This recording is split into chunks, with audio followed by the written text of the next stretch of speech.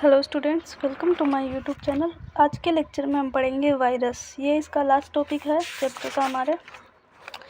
तो विषाणु, virus, viroid और जो प्रशंसक प्रियन और लाइकेन थे, इनको है ना जो वही टेकर ने पंचजगत प्रणाली दी थी उसके अंदर इनको नहीं रखा गया था। तो इनको हम थोड़ा शॉर्ट में पढ़ेंगे। यहाँ पे ये अकोशिक जीवे हैं, यानी अकोशिकीय, इनमें कोशिका नहीं पाई जाती। लाइकेन अलग है। बाकी ये जो वायरस, वायरॉइड और प्रोसोन यानी प्रियन है, ये अकोशिकीय जीव है। वायरस का नाम वर्गीकरण में नहीं है। क्यों नहीं है? क्योंकि ये जिंदा ही नहीं है।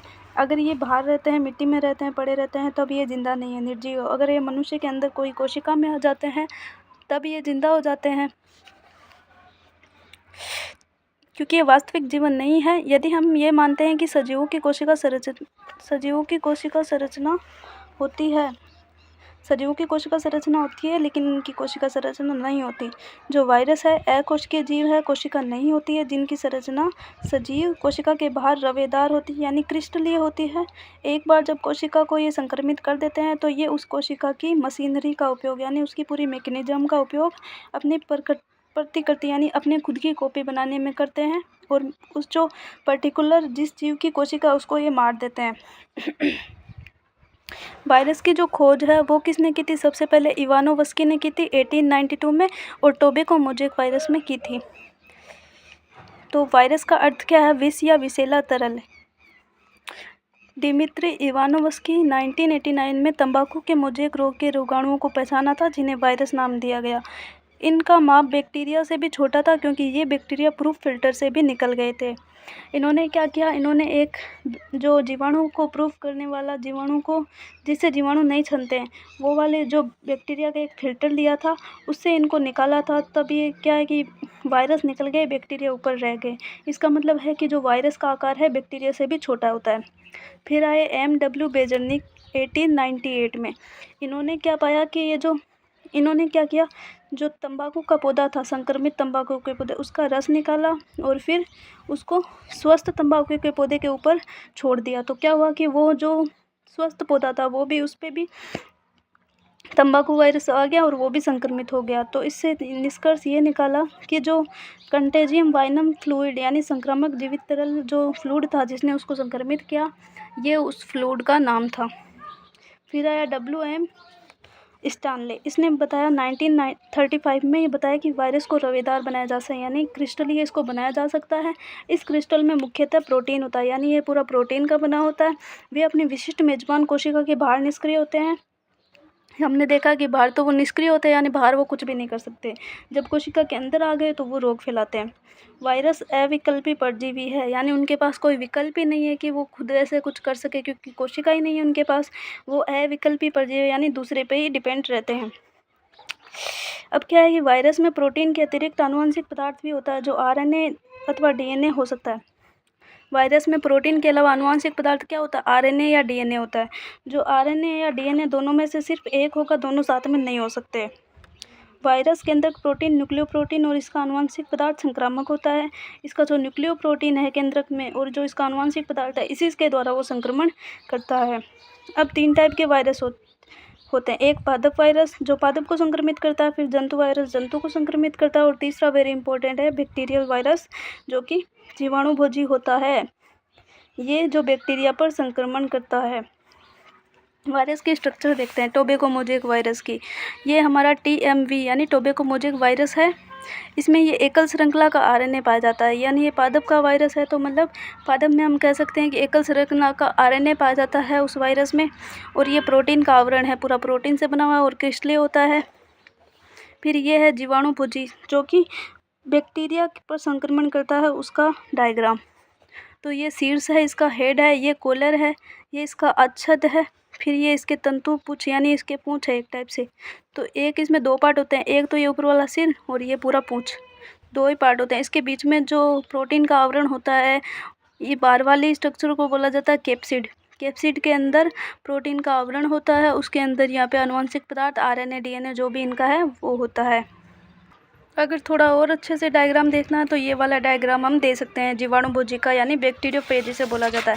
ये T2 जीवाणुभोजी का डायग्राम है। इसमें आनुवंशिक पदार्थ डीएनए होता है। बीच में यहाँ पे डीएनए है। ये इसकी कॉलर हो गई, ये इसकी गर्दन है, ये पुच्छ तंतु टेल फाइबर, ये इसका आधारिका है जहाँ पे ये खड़ा रहता है। फिर ये यहाँ पे कैप्सोमियर है। ये जो संरचना है इसको बोला जाता है कैप्सोमियर, प्रोटीन से बना हुआ है या फिर पेटिकोशक। ये बाहर वाला है कैप्सिड। फिर ये शीर्ष और पूंछ दो भागों में इसमें बंटा रहता है। पादप वायरस में क्या होता है, एक श्रृंखला का आरएनए होता है। जंतु वायरस में जंतु को संक्रमित करता है दोहरी श्रृंखला का डीएनए। डबल लेयर में एक श्रृंखला का आरएनए या फिर दोहरी श्रृंखला का आरएनए भी हो सकता है। जीवाणुभोजी है उसमें सिर्फ दोहरी श्रृंखला का डीएनए पाया जाता है। जो बाहर का प्रोटीन का आवरण है इस स्तर को कैप्सिड कहा जाता है। ये छोटी छोटी उप इकाइयों से मिलकर बना होता है जिन्हें पेटिकोशक या फिर कैप्सोमियर कहते हैं। पहले बाहर कैप्सिड, फिर उसके अंदर छोटी छोटी उप इकाइयों से इस टाइप से बना होता है जिसे कैप्सोमियर कहते हैं। कैप्सिड न्यूक्लिक एसिड को सुरक्षित करता है। कैप्सिड किसकी रक्षा करता है, न्यूक्लिक एसिड, उसके अंदर जो भी डीएनए आरएनए है उसकी रक्षा करता है। ये पेटिकांश कुंडलित अथवा बहुफलक ज्यामिति रूप में लगे होते हैं। इस टाइप से ये कुंडलित है या फिर बहुफलक ज्यामिति के रूप में है। बहुत सारे फलक है इसमें।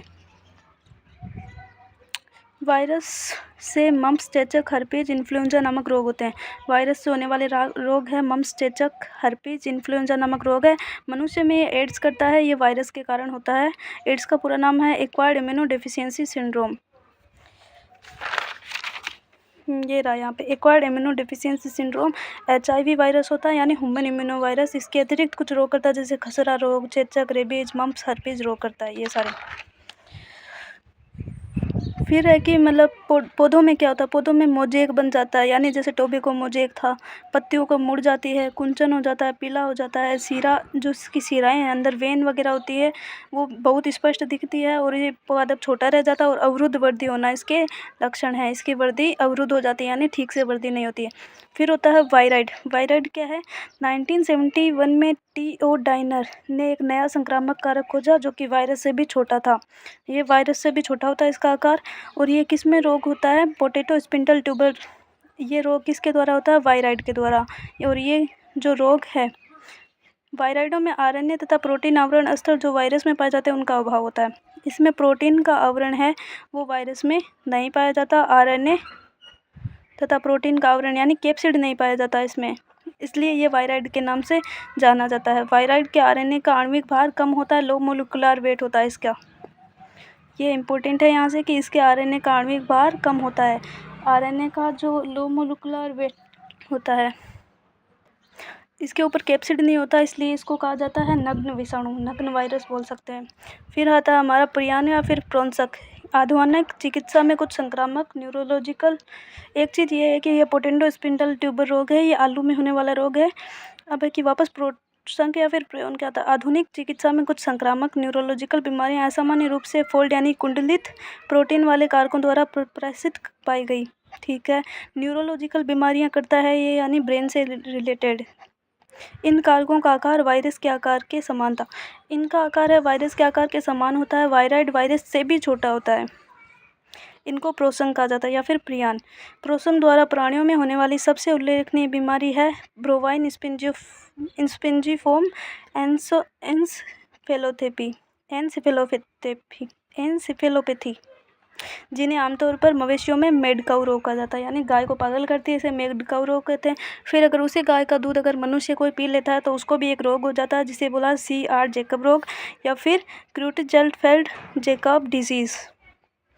इसमें क्या होता है, DNA और RNA इसमें अब्सेंट होता है और ये कुंडलित प्रोटीन होती है इसमें। फिर आता है हमारा सबसे लास्ट लाइकेन। लाइकेन क्या है, लाइकेन कवक और शैवाल की सहजीविता का संबंध होता है। कवक और शैवाल साथ में रहते हैं, इसमें सहजीविता संबंध होता है। जो कवक है किससे रिलेटेड है, यहाँ पे एस्कोमाइसिटीज या बेसिडियोमाइसिटीज से संबंधित होता है, लेकिन जो शैवाल है वो ब्लू ग्रीन एल्गी या फिर साइनोबैक्टीरिया से यहाँ पे रिलेटेड है। और जो कवक होता है, कवक को यहाँ पे क्या बोला जाता है, माइक्रोबायंट या फिर कवकांश, और शैवाल को यहाँ पे फाइकोबायंट या फिर शैवालांश बोला जाता है। सहजीविता यहाँ में मतलब दोनों कुछ ना कुछ काम करेंगे। तो शैवाल यहाँ पे भोजन निर्माण का काम करता है, जो कवक है यहाँ पे रहने का स्थल प्रदान करता है। फिर ये लाइकेन है कि मतलब जहाँ भी प्रदूषण होगा वहाँ पे नहीं उगेंगे, ये सिर्फ स्वच्छ जगह पे होते हैं। और सबसे ज़्यादा ये मतलब किसके संकेतक है, ये है SO2 युक्त यानी सल्फर डाइऑक्साइड के प्रदूषण में तो बिल्कुल भी वृद्धि नहीं करते हैं। ये एक अच्छे प्रदूषक संकेतक है। अब यही हम थ्योरी देख लेते हैं कि लाइकेन शैवाल तथा कवक के सहजीवी आवास यानी सहजीवी संबंध को दर्शाता है। पारस्परिक उपयोगी सहवास है, एक दूसरे का ये यूज लेते हैं। शैवाल घटक को शैवालांश कहते हैं और कवक के घटक को माइक्रोवायंट या फिर कवकांश कहते हैं, जो क्रमशः स्वपोषी और परपोषित है। शैवाल यहाँ पे स्वपोषी है, कवक यानी परपोषी है। शैवाल यहाँ पे भोजन बनाएगा। शैवाल कवक फंजाई के लिए भोजन संश्लेषित करता है और कवक शैवाल के लिए आश्रय देता है। खनिज एवं जल का अवशोषण करता है। इनका सहवास इतना घनिष्ठ हो जाता है कि यदि प्रकृति में लाइकेन को देख ले तो ये हम अनुमान नहीं लगा सकते कि ये दो जीव है, दिखने में एक ही लगता है। लाइकेन प्रदूषण के बहुत अच्छे संकेतक है। वे प्रदूषित क्षेत्रों में नहीं उगते हैं यानी SO2 युक्त प्रदूषण में नहीं उगते हैं। शैवाल यहाँ पे स्वपोषी है, कवक परपोषी है। शैवाल भोजन निर्माण करेंगे, कवक आवास प्रदान करेगा। अब इसमें कुछ बच गया था कि प्लांट यानी पादप जगत और जो एनिमलिया है ये जंतु जगत। इस पे दोनों पे पूरा एक एक चैप्टर है, चैप्टर 3 और चैप्टर 4। तो इसको हम वहाँ पे डिटेल में पढ़ लेंगे, तो यहाँ पे नहीं पढ़ने की जरूरत। 10 लाइन पढ़ने में कोई फ़ायदा नहीं है।